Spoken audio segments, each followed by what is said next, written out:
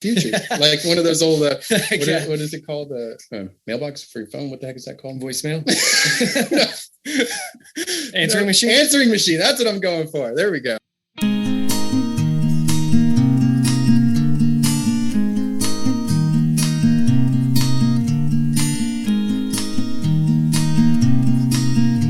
Hello and welcome to WNC Original Music episode 123, the ABC episode, I guess. Very happy to have on the show this week The Old Futures.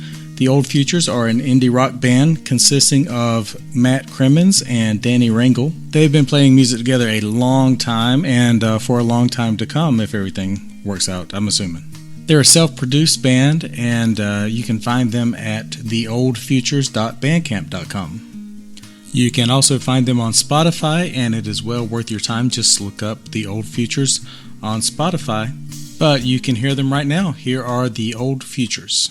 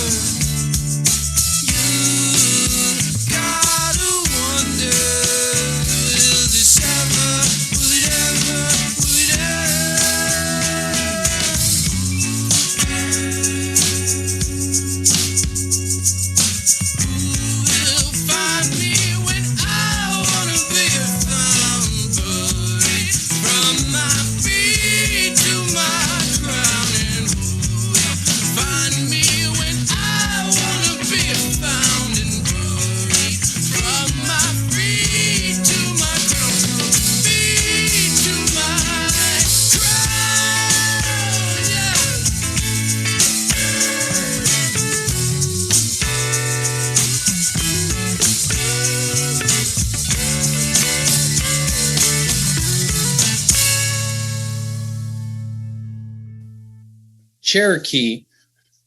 We are a DIY style band. We do everything ourselves in my garage for the most part. Matt's got a little studio that we're hanging out in now. We've tried to record over here. We actually, I think, jammed Cherokee over here one time. Yeah, that's where I think the idea was born, maybe. Yeah. Something like that. That song was pretty awesome in the fact that we recorded it in like a couple takes. It was like the third take. We got it. And I live like right next to where I work. So I come home on my lunch break. Matt meets me and we actually record most of our stuff on our lunch break. We're always joking that we're going to call our like projects a lunch album project or something, because most of our stuff is recorded on our lunch breaks. We recorded the drum track first, and then I did some overdubs. And I actually recorded most of the song one morning. I was really motivated before work. So most of that song was recorded at like 4:35 in the morning before I went into work. So that's pretty interesting to me, I think. Yeah. Yeah. After we recorded the drums, he sent me the demo. And after just one morning of recording, he like knocked almost everything out. I was like, damn, nice. Yeah. And it was early too. It was like 7:30. So he's like, when do you sleep? Can you tell a difference? Like, hold on. Like, are you thinking, do I need to wait? What's going on? Did he Our door blew open in this. Oh, okay. I thought he just quit the band. Yep. Screw this crap. So that's pretty unusual, I think, recording early morning. I mean, people that have studios in their homes, I'm sure do that a lot. I actually edit the podcast a lot first thing in the morning, and I can tell a difference in my voice if I'm doing like the voiceover. Like my morning voice is a lot deeper and stuff. But do you notice a difference? Like, can you hear something? You're like, oh man, I'm not quite getting this. I think that sounds like something I could do tomorrow morning at 4:30. I think I can get a better track, Yeah, I feel like sometimes you sing a little bit better first thing in the morning. I don't know. It's just question. It is a good question. It's the time of day that I had to do it. Right. I try to fit it in there. Yeah. And I was just motivated that morning, and it just all popped out. Tell me a little bit about the band itself, like how it started. Well, Matt and I met like in 2003 or 4. We were trying to talk about this the other day. We can't remember exactly. 2003 or 4 when we were late teens or whatever. And we had a previous band, and we played some shows and did some home recordings like we kind of do. We played a prom. Oh, we played a prom. That was a highlight of ours as teenagers. They didn't let any bands play after that. Yeah. That was pretty exciting. We shut it down. We shut it down, yeah. And then we kind of quit playing for a little bit, and Matt made me play. I wouldn't say made me, but he kind of nudged me to play in his wedding band. I kind of hadn't been playing too much music, and kind of got the spark going again. And we recorded See Me Now, which is on our EP from last year. And I was like, hey man, this is a pretty good song. Like, we should do something with this. We should make a project. And we both agreed, and we're like, let's write some more songs. So we just took off running, and about halfway through the project, named it. And now we're still trying to make some more. And all the while we had been like recording songs in Danny's garage, like for a while, since like 2016, something like that. But it was just having fun. Nothing really stuck until then. This song Cherokee, this was recorded after our EP, and so we had gotten a little bit better at recording. And you can kind of tell like the difference between this song and the EP, and it's not as raw sounding maybe, or it's just more dialed in. You can tell we're perfecting, honing stuff in. Has it always been you two guys in the band, or have you ever had other people in the band? It's pretty much just been us. We've played like, I don't know, I guess so long together that it just kind of clicks, the two of us. And then I do a lot of the overdubs and stuff. We're trying to expand. Finally, we're like, hey, this is growing a little bit. Let's try to bring some more people in, because how will we play it live? I have no idea. Right. You could do like, I don't know if you remember, you guys are too young to remember, there was a band in the 80s I think it was a husband and wife or a boyfriend and girlfriend. They had the song, "The Future's So Bright I Gotta Wear Shades." I don't know if you hear that on like 80s retro thing. And they were it was a man and a woman, and when they played, it was just those two, but then they had a boom box that had like the bass and drums on it. And they just had all their tracks, bass and drums on this cassette. And they would play, even when they got big, they have concerts, they just put mics in front of the boom box. So that's just, you can use that idea if you want to. Feel free. Yeah. I might. That's awesome. I'm always trying to figure out different ways to make noise. And get an actual boombox. It'll make my job easier. Yeah, don't bring like MP3s on a computer and stuff. Like go old school cassette boombox, Oh, yeah. Bring that back. Yeah.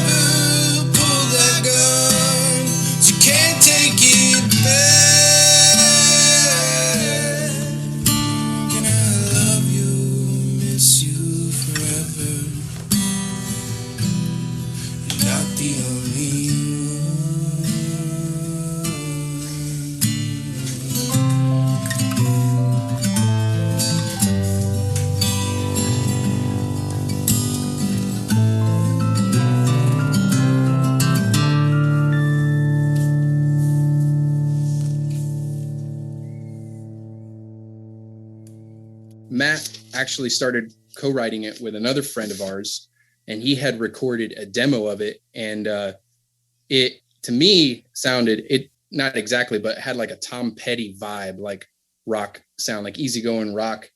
And he sent it to me, and I was like, hey, man, you mind if I take a crack at it? And he's like, yeah, sure, go for it. And I just put my phone in front of me and recorded it in a totally different way. And send it back to him. And he's like, that's pretty good. Like, I like that. We should try that version. So one morning, as I was cooking my kids breakfast, they were eating oatmeal, and I just was practicing the song, and I slid the phone up, and it seemed like captured something, with their sounds. It's all natural. None of that's added in. So the song was actually a voice memo song that I put into the DAW or whatever, and, added some more stuff to it. Yeah, he sent it to me, and I was like, "That's it. That's the one." Which took some convincing, because I was like, "No, you can't do that. Don't need to re-record it. You can't do that, And he talked me into it, so we went with it. It's pretty cool.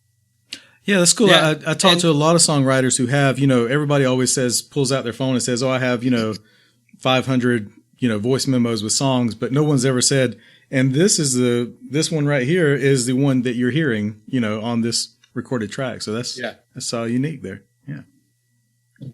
Yeah. Just the extra sounds and everything, put you in that atmosphere, scraping bowls, the kids talking and stuff. And I just thought it was so cool.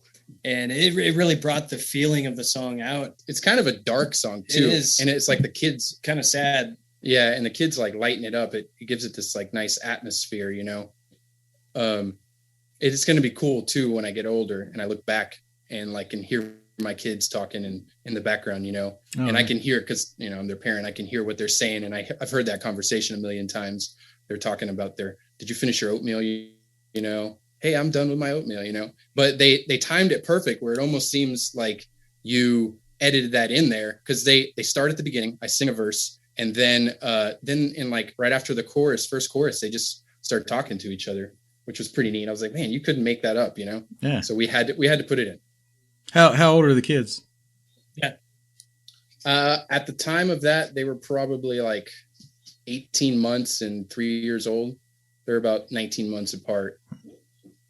And we actually incorporate them later on in the album too. Oh yeah. At the end of the album. Yeah. I wrote about our buddy Nate, who wrote this song. I wrote the last stanza of this one, but he wrote this, and he's actually an aspiring comedian. So I wrote the last song, Pagliacci, about him for context. You guys have, so you do all your own recording. Do you have like recording training background? No. Just all self-taught stuff? No. Self-taught. Oh, well, self-taught, and what sounds good to us, pretty much is how we roll. Well, it sounds great. Just follow. Cool, thanks. Yeah. Just try to serve the song or the idea that you got. Have you guys been in previous bands, previous projects, other than the prom band? Matt's been in a couple bands. I'm kind of a hermit. I've only been in a band with Matt, and I've recorded like my own solo stuff that I put out, which I haven't done in a while. But no, this is pretty much 2 bands for me. Yeah, I was recently in a work band called the Meat Sweats. Just a bunch of guys from work just jamming on blues and rock and stuff, and that was fun. So that band's not available? Wasn't going. I mean, no. So we're not playing shows. Okay, so that band name is available, is what you're telling me. Oh, the Meat Sweats? Yeah. Okay. Sure. Yeah. I got to make a call real quick. Chad, not really going anywhere. I got us a band name, buddy. All right. The pandemic killed that band. Yeah. It's a play on the Night Sweats. This might have been what you meant, but did you mean the pandemic killed it because just the pandemic, or because it was just bad to be associated with meat anymore because of COVID? It works on so many levels. Yeah. You read into that so quickly.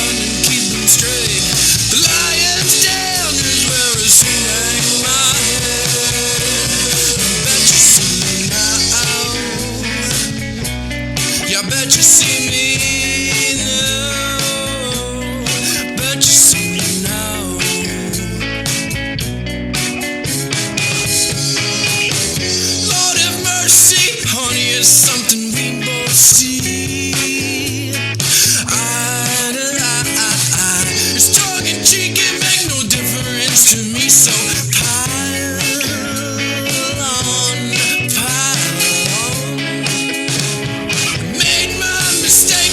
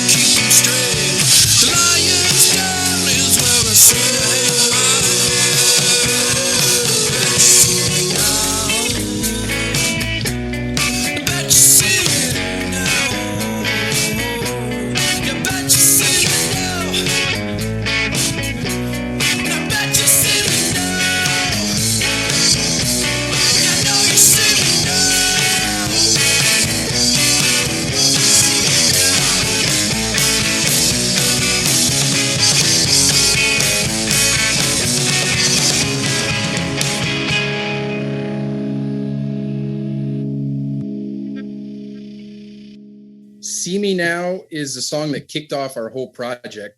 That was the song we first recorded. And we're like, hey, this is pretty good. We should put this out. And that song is kind of funny because we were jamming with ours. And we were playing kind of like folky song. And I had this riff. And we literally played for like a couple hours. And like the last 5 minutes, I was like, hey, guys, what do you think of this riff? And I played that guitar riff or whatever. And they were like, that's pretty good. You should do something with that. And I was like, well, it's pretty close to this song that we were playing. He and my buddy convinced me. He's like, it's not that close. Just write words to it, turn it into a song. And I was like, oh, that's a good idea. I never thought of that. I always kind of held it like if I had this chord progression, it's done. Like that's that song. I have to come up with an entire new thing for another song. And he kind of broke me of that. He was like, no, just change it around, make it a different song, make it your own. And that's kind of where it was born. And the lyrics just like came to. It was like one of those writing moments where you're like trying to keep up with the pen, you know, it was just flowing out. So that was pretty cool. I love that feeling. As far as the writing process goes, you guys covered this a little bit already, but you do a lot of writing together, or is it more like one person brings in an almost finished song, the other person adds to it, or what's going on there? We are like the, what was that band? We're like the Postal Service almost. I write an idea. I send the voice memo to Matt. He either adds to it, tells me what to change. I change it, or I make a demo. And he's like, oh, turn that down, turn that up, you know, kind of deal. Like, I like that. And then we'll have like a pretty decent little sounding demo. And then we join up in the little garage studio and we'll try to track it. Yeah, switching lyrics back and forth. Yeah. Or I send him like a song I've written or some lyrics or something, and he just makes it that much better. I send it to him, and I'm like, oh, screw you.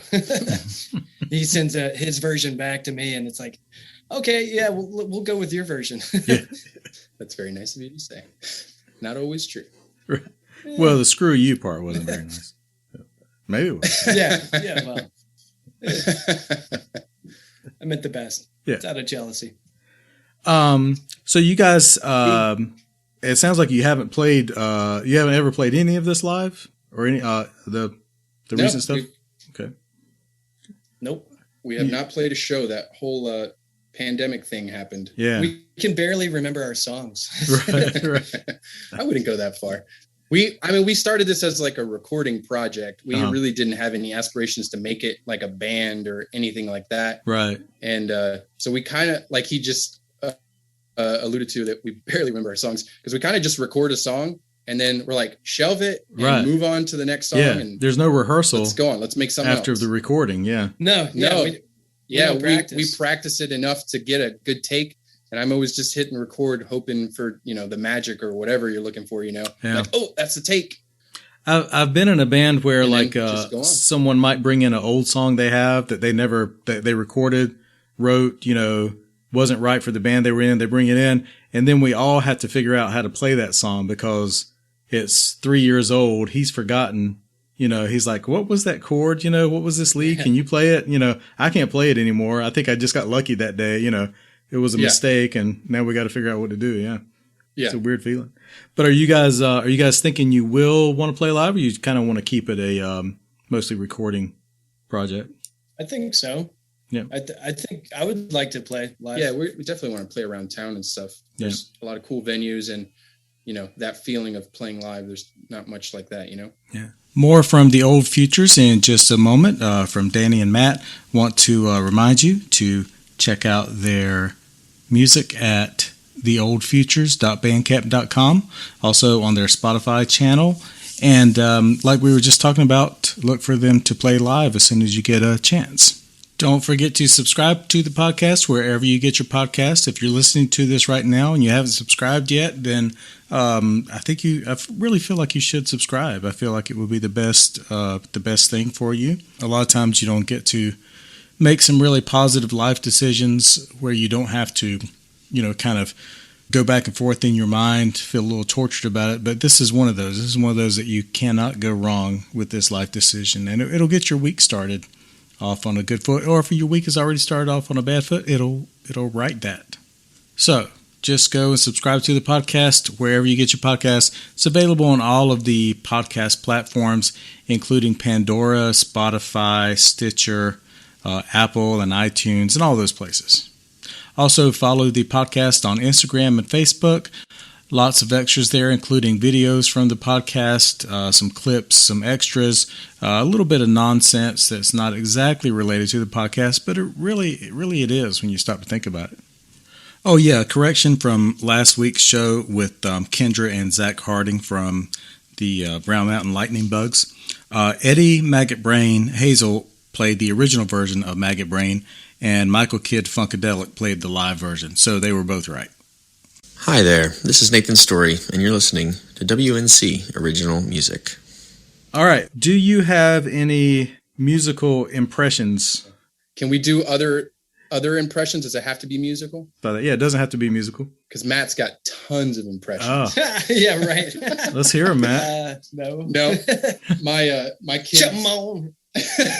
My kids are really little, so I'm stuck watching cartoons all the time. Uh-huh. So I can do a mean Elmo. I can do a Mickey Mouse. I can do Oscar a little bit. I can do some Randy Newman. So let me hear Randy Newman. Elmo's probably the strongest. Randy Newman's good. Randy That's Newman. A good one, yeah. Yeah.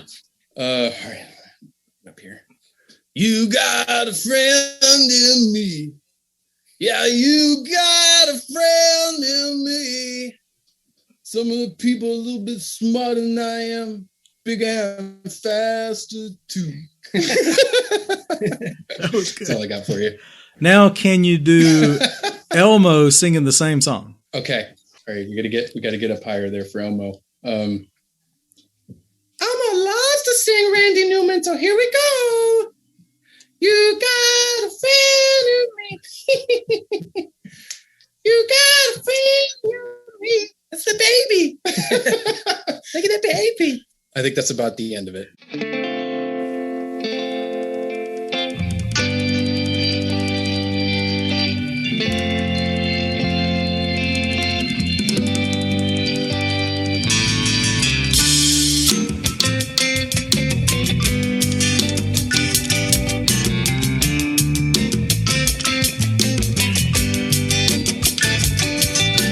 Redbirds in the backyard, rebels on the front.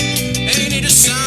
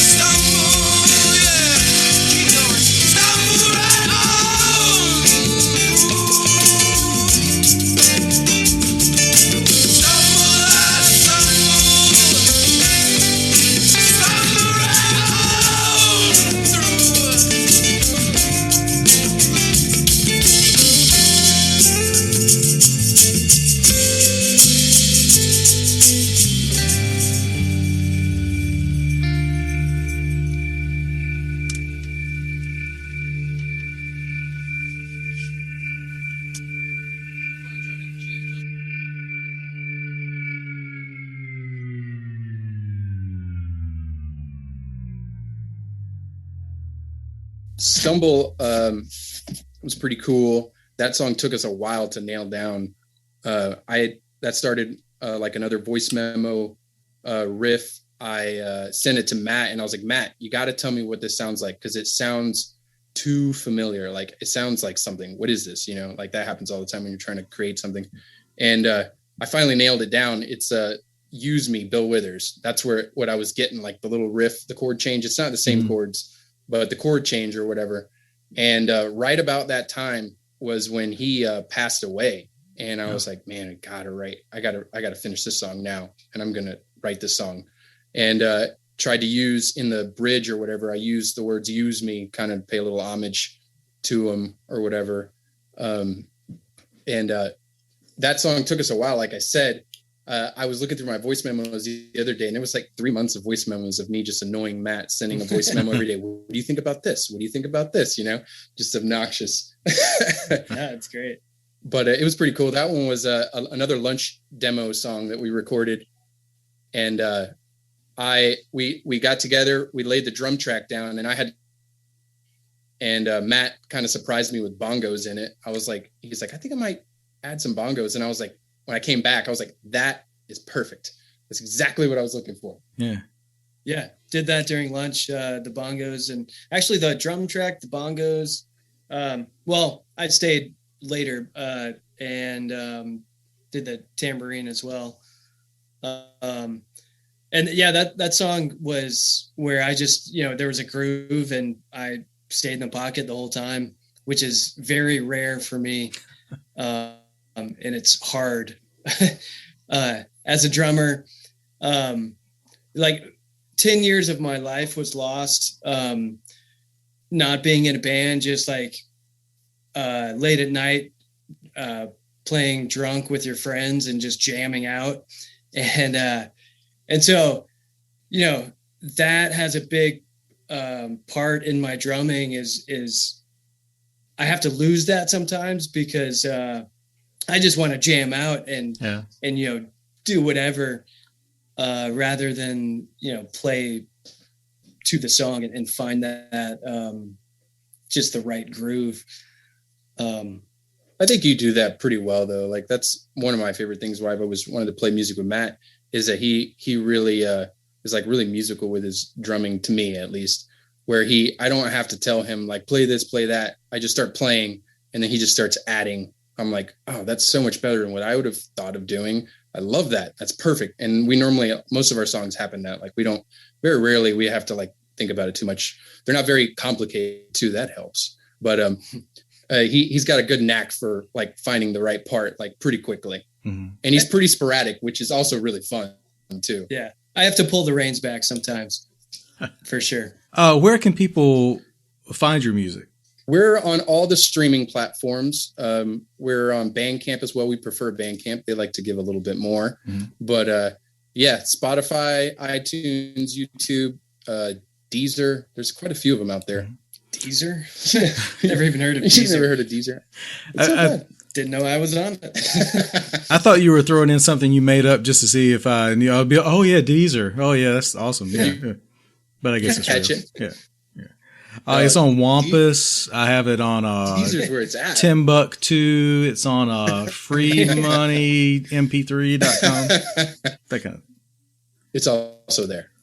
Any place unusual? Like, I know a lot of people put their music on TikTok now. Have you ever done that? I did search it here recently, and I don't really know how to work TikTok. Yeah. I'm not a TikTok user.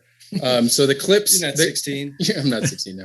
The clips that they were using, they didn't seem like the best clips for the song, so I didn't end up doing it. But we have had the great idea. Matt is a painter, and we've had the great idea. A friend of ours was like, we need to just put TikTok videos with our songs and Matt just painting. Oh, like yeah. Bob Ross style. Yeah. And I've been trying to coax him into that, but like a live show. Yeah. Yeah. I'll just stand off to the side while you play. No. We play the music in the background, and then you No. This is where the boombox comes in.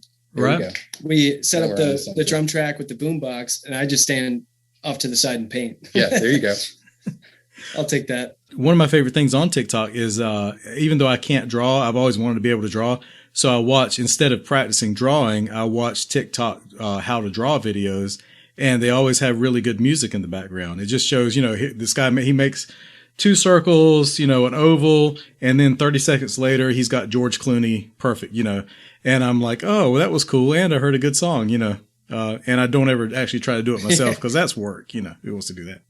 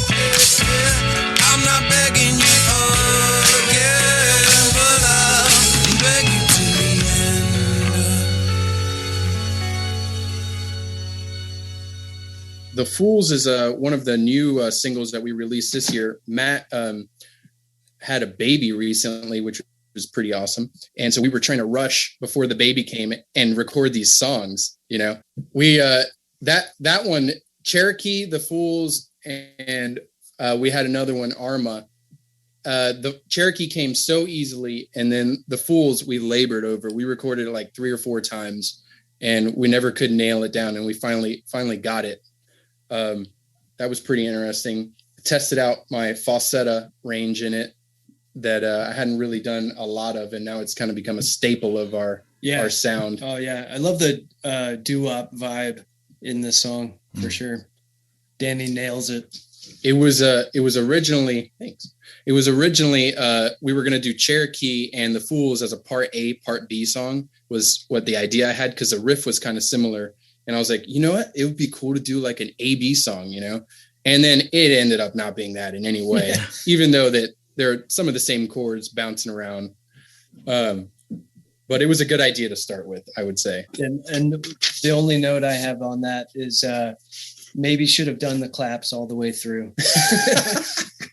I always have to talk them into like extra percussion stuff. You'd think a drummer would want to just drum on everything, right? Yeah. And I'm like, dude, we need some snaps. Let's just save the claps for the end. Yeah. Damn it, should have kept those. we should have added more. Well, that could have led us down the wrong path. We submitted some of our songs to Submit Hub. I don't know if you're aware of Submit Hub. Yeah. It's a place on the internet you go to submit your music and, you know, just get cut in half. Right. And we submitted, I think it was Cherokee, and one of the guys, he actually responded to me. I was like, so what would make this song better? And the first thing he said was like, ditch the maracas, man. And I was like, there are no maracas in this song. It's a tambourine. I was like, damn, critics. Yeah. You kind of don't trust his opinion after that, you know. I know, after he said that. And then he said a couple other things. And then he's like, well, if you did all that, it would probably change the song too much. And I'm like, I know. Thanks for nothing. Give me my $1 back.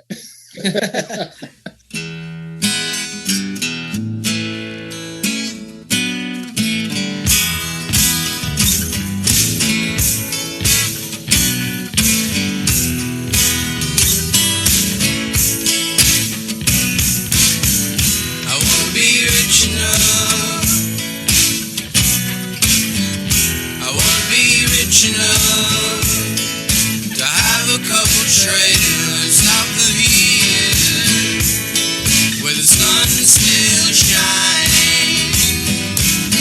Yeah. Maybe I'll be lucky. Maybe I'll be able to keep my baby, to keep her around.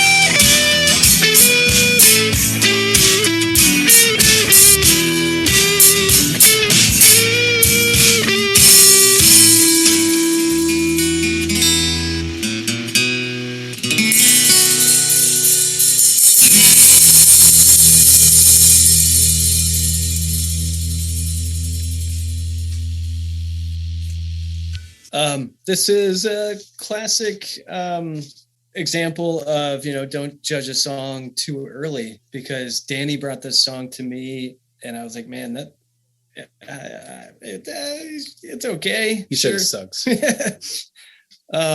Didn't care too much for it. And then it turned into one of my favorite songs on the EP. And yeah, I freaking love it now. It was one of those inspiration songs where like you have to again drop what you're doing and go write real quick. Mm-hmm. We had some friends over for dinner or something, and we were all joking about I want to be rich enough to have like a vacation trailer everywhere in the country or in beautiful areas. And I was like, man, that's a great idea. And I was like a timeshare like trailer park or something like that. And I was like, that's a song. And I ran and I wrote that down. And then the next morning I had most of the lyrics, and I told Matt about it. And he's like, that sounds kind of lame, man.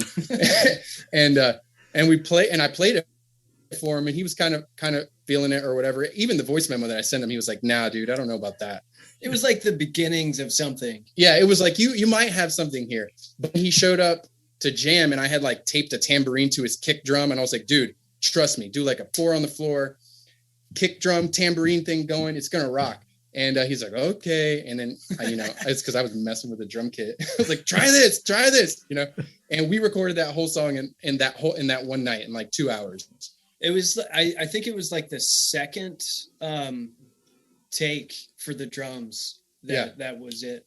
Yeah. It was like second or third take. We were super excited. We were jumping out, and my wife, she came out, we were making a lot of noise, obviously. And I was like, we recorded a song in like 2 hours. This is so great. Check this out. It was done. It was pretty much done. Except for like some of the little guitar parts. Yeah, there was a couple tweaking here and there. The guitar at the very end, it was funny. Recorded that in like the first take, and you could tell like it almost sounds like I don't know exactly where I'm going to go next, because I am not a lead guitar player by any means. I am a rhythm guitar player, I'll tell anybody, but I can fake it a little bit. So I'm like trying to figure out exactly where I'm going to go, and it adds like this tension to it. And afterwards I was like, I'll clean that guitar up later. I tried for like a week trying to come up with different guitar solos, and Matt wouldn't let it go. He's like, dude, you got to go with that first one. It had like a feel to it. And finally I was like, you're right. Yeah. Right. I mean, and like, don't get me wrong, the other guitar parts or solos were better technically, possibly, and they were kick ass, but that first take was just you were in it, and it just had the feeling. The tension is there. You can feel just those pauses and adding to like the energy of the song. And yeah, I wouldn't let it go. We were listening to Link Ray, that 1971 his self-titled album, and he recorded that with a little 4-track in his barn or something like that. And some of the guitar parts for that album, they just turned the amps all the way, and they actually recorded it from like outside of the building. Oh, really? And that's kind of the feel that I wanted. I didn't get close to it. Those guys are amazing, but that's just kind of what I did. It was just like just crank the amp. The mic was pretty far away actually, and just go with it. Let's unpack, however you want to say it, the idea of a timeshare trailer, that you would be rich enough to have timeshare trailers all through the country, but you're not rich enough where you still are too good to live in a trailer or vacation in a trailer.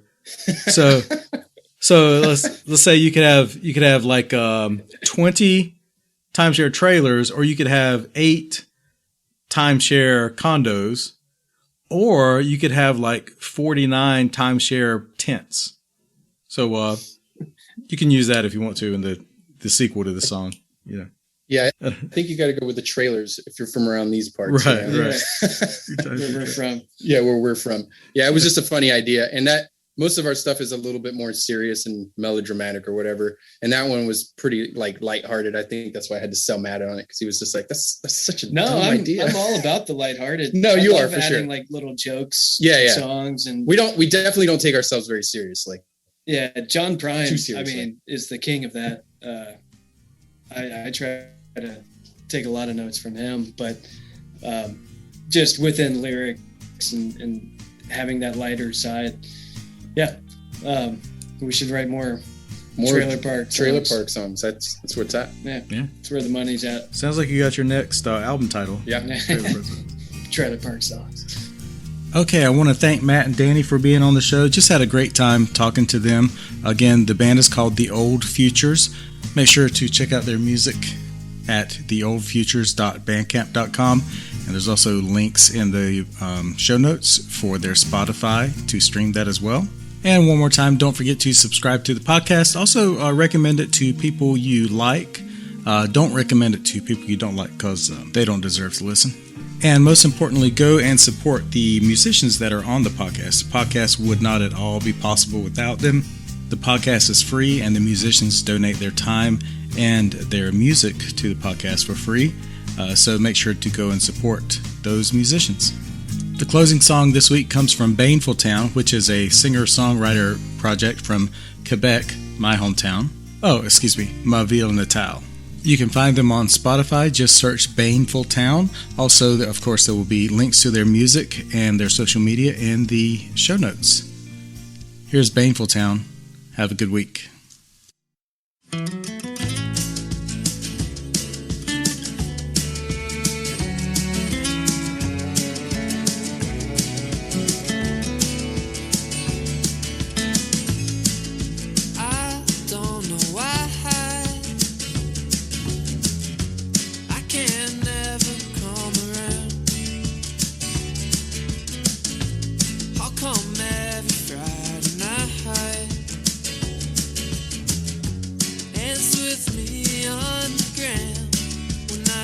Safe and sound with you. When I know my aim is true. My heart,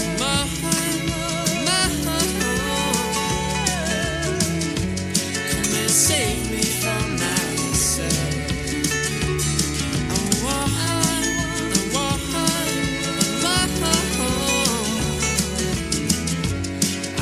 You and no one else.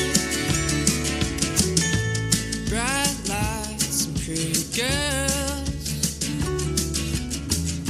City streets are love. Yeah, you're the only one I care for. One that fits like my old glove. And I can't get enough.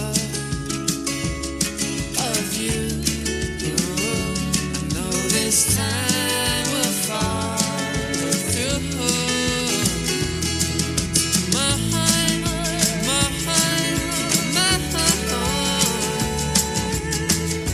come and save me from myself. I want,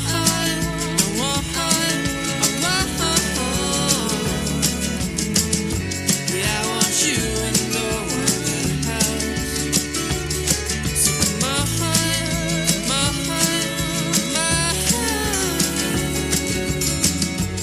come and save me from myself. I want,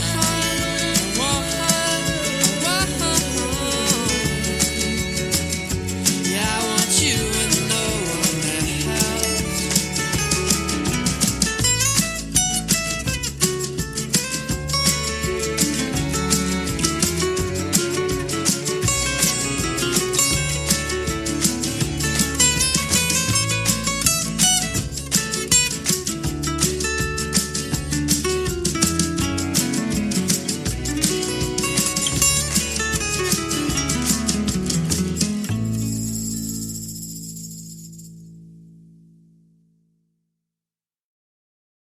They said to me, "I'm really surprised that you like this," which was their nice way of saying this is awful.